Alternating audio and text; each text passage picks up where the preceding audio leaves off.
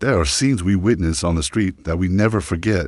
Sometimes it's a hug no one gave, a muffled cry in the middle of the noise, or a patched-up bicycle carrying a boy in a wheelchair through the hills of the city.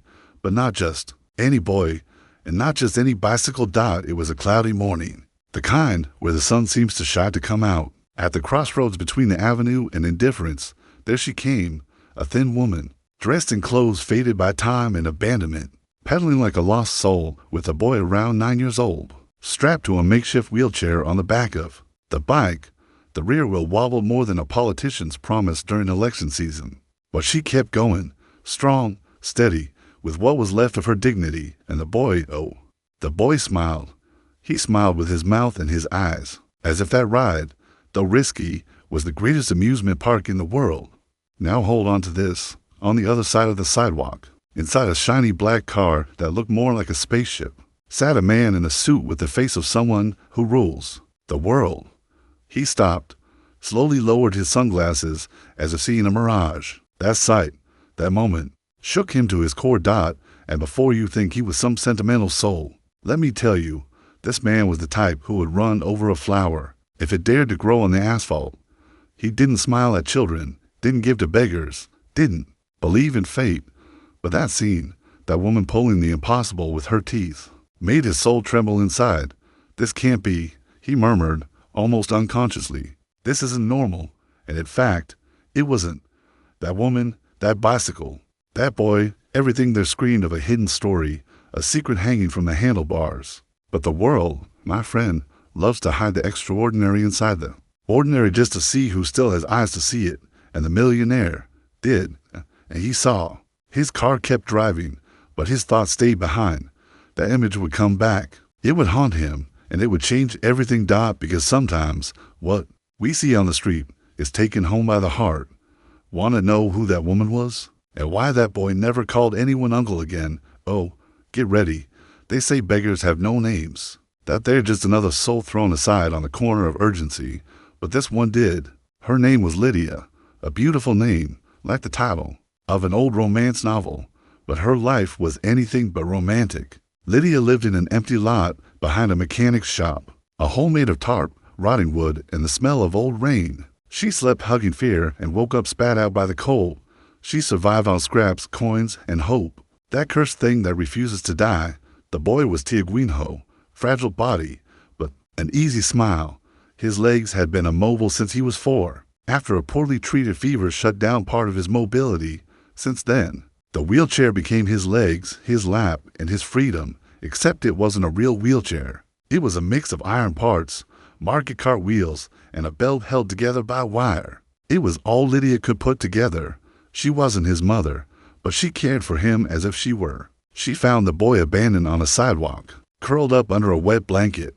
No one knows where he came from, but when he looked at her with those eyes begging for a hug without saying a word, Lydia understood. She was no longer alone. Since then, she pedaled to show the boy people.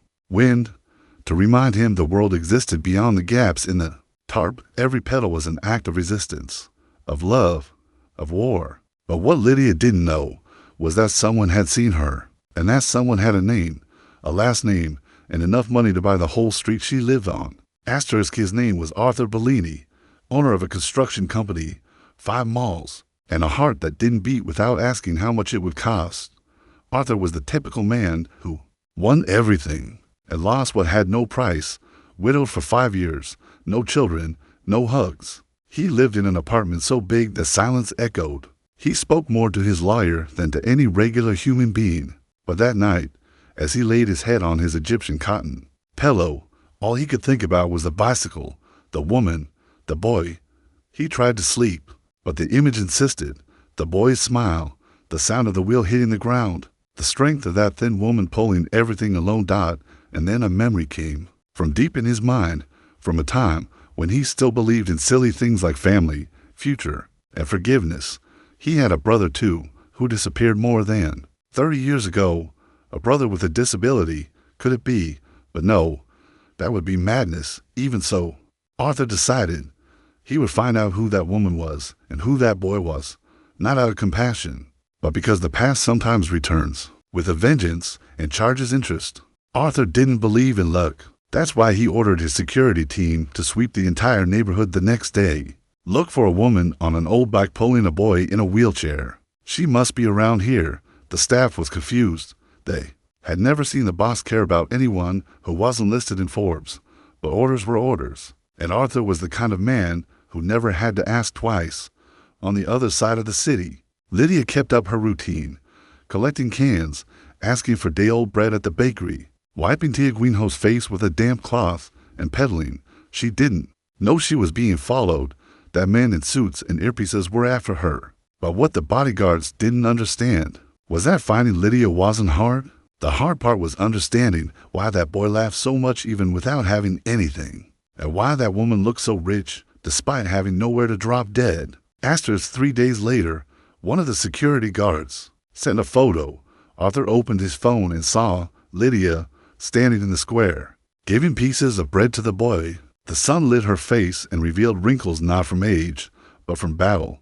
It's her. Arthur gave the order to bring her in, but Lydia wasn't someone who could be caught easily. When she realized they were after her, she vanished, like a shadow.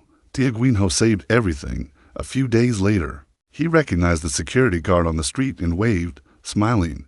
The man approached, handed over a card. Our boss wants to talk to you. It's nothing bad, just a conversation. Lydia hesitated, but something in the boy's face said, "Go, Annie." Sometimes the world sends an angel, disguised as a rich man. So she went.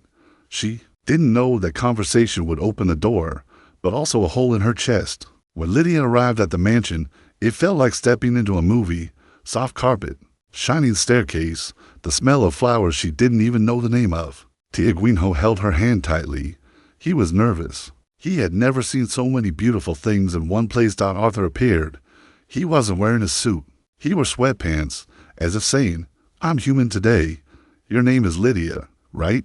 She nodded, wary. "And the boy, Tiago. But you can call him Tia Guinjo. He likes that." Arthur knelt, looked into the boy's eyes. "Do you know who your father is, kid?" Tia Guinjo's smile faded. Lydia squinted. "He doesn't have a father, and if he does, he doesn't deserve to." "No."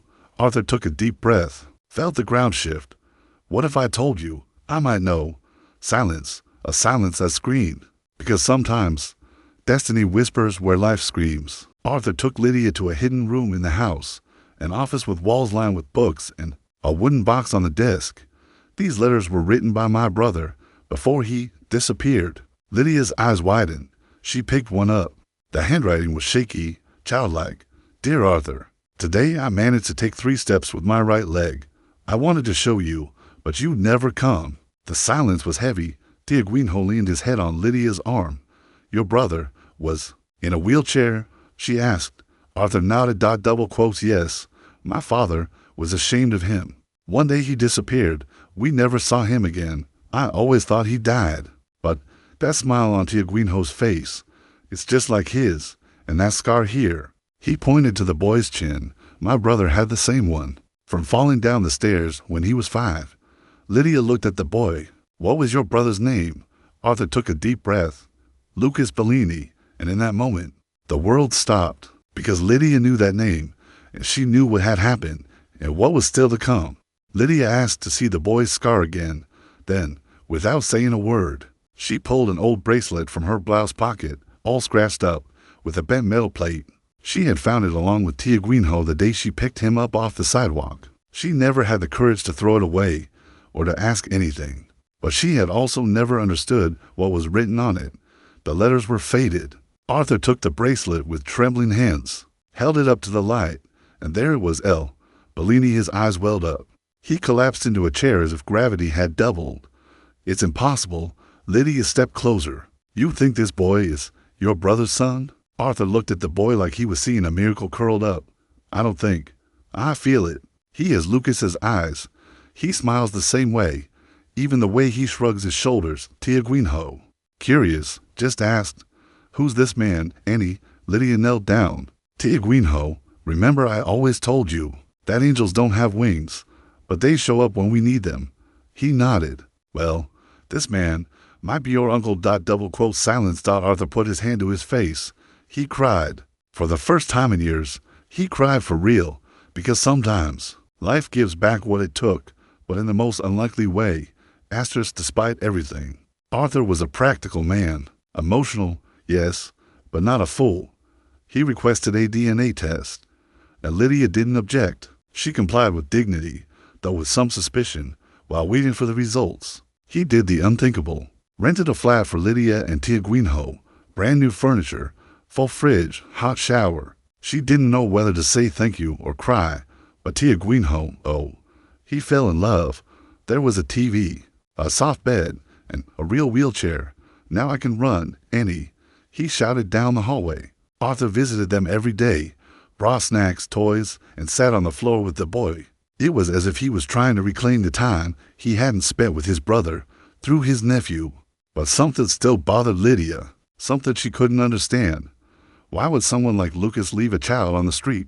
And that question was going to change everything. The result came positive 99.98%. Tiaguinho was the son of Lucas Bellini, and therefore Arthur's legitimate nephew. The millionaire smiled, a full smile, for the first time in years. Your family, kid, Tiaguinho smiled too, not understanding everything, but feeling something warm in his chest. Arthur wanted to do more, wanted to adopt, provide school, doctors, everything. But Lydia hesitated. I don't want him to forget where he came from. Arthur assured her he wouldn't, that he only wanted to add, not replace, and for the first time, the three of them were together as a family. But peace doesn't last long for those who've suffered too much. That night, someone knocked at the flat's door. It was a woman, blonde, well-dressed, holding a document in her hand. Good evening. I'm a lawyer representing Mrs. Camila Menezes Bellini. I'm here to inform you that she is filing for custody of the child. Arthur froze. Camila was his brother's ex-girlfriend, the woman he hated most. And now she wanted to take the boy. Camila was one of those people who smiled with poison, always ambitious. When Lucas disappeared, she tried to get close to the family, but was turned away. She said she was pregnant, but never proved it, and vanished. Now, she showed up with a lawyer, arguments, and even a relationship history. Tiago is my grandson. I have the right to raise him. That woman is just a beggar. Lydia didn't respond. She just gripped the boy's hand tightly. Arthur stood up, voice firm. You disappeared for 30 years, and now you show up, claiming to be a grandmother without any proof. Camila showed old photos, a pregnancy test from 1995, a letter, supposedly written by Lucas, talking about the child. It was all questionable, but the judge might accept it. Arthur decided he would fight, because Tiaguinho wasn't just a boy. He was the link between a bleeding past and a future that still had a chance to bloom. The case moved quickly. Lawyers, witnesses, social workers. Camila had money, looks, and the perfect speech. I want what's best for the child. But Lydia had love, and that became clear when they asked Tiaguinho, who do you want to live with? And he answered, looking at the judge, with my Aunt Lydia, because she never left me. Camila laughed, said a child doesn't know what's best for himself. But the judge hesitated. Arthur made a plea. My brother was rejected by this family that now pretends to care. Lydia saved the boy, loved him like a mother, and I'm willing to provide whatever is needed. But don't take him away from the one who cared with her heart. The judge scheduled a new hearing. The final decision would come in a week. And that week, their world would turn upside down. The next day, Lydia found an old yellowed envelope inside Tiaguinho's backpack. Hidden in the lining. It was a letter. In the same handwriting as the others, signed by Lucas Bellini. If one day my son grows up and I'm no longer here, I hope he finds someone who loves him the way I wish I could. Don't trust Camila.